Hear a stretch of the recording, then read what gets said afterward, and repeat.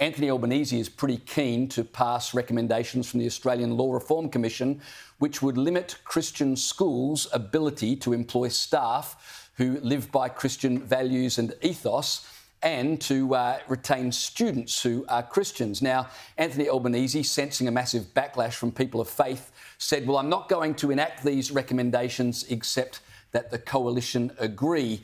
Well, it's pretty obvious the coalition aren't going to agree to put such limitations on faith schools. So then Anthony Albanese said, well, you know, maybe if I could get the Greens to work with me, we could enact these religious discrimination laws. No surprise, Catholics have reacted with absolute shock, calling the decision for Anthony Albanese to even suggest working with the Greens on religious freedom as quote-unquote dangerous. Anthony Albanese said, we are concerned about all the forms of discrimination. If the Greens are willing to support the rights of people to practice their faith, I've got to stop for a moment. If the Greens are willing to support the rights of people to practice their faith, isn't that a given in a democracy where freedom of religion is enshrined in the Constitution? Anyway, if the Greens are able to come to a point where they might be willing to agree that people should be allowed to practice their faith, then that would be a way forward. And then tellingly, the Prime Minister says, but we don't currently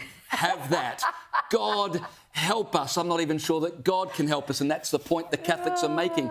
If Anthony Albanese was to deal with the Greens, I mean, the Greens are publicly opposed to faith schools. In fact, they're opposed to all private schooling. They believe it should be defunded. They're opposed to Christian chaplaincy. They're opposed to funding for Christian hospitals, that is, hospitals that don't agree to perform abortions and don't agree to participate in euthanasia. How on earth can Anthony Albanese partner with the Greens in order to enact religious discrimination laws? You would literally have the two most extreme left-wing parties in the Australian Parliament determining religious freedom in this country. The fact that Anthony Albanese would even suggest, even as a brain fart, maybe I could work with the Greens, shows the disdain that Anthony Albanese and the Labor Party hold Christians in. 100%. I mean, I say this till I'm blue in the face. Make no mistake.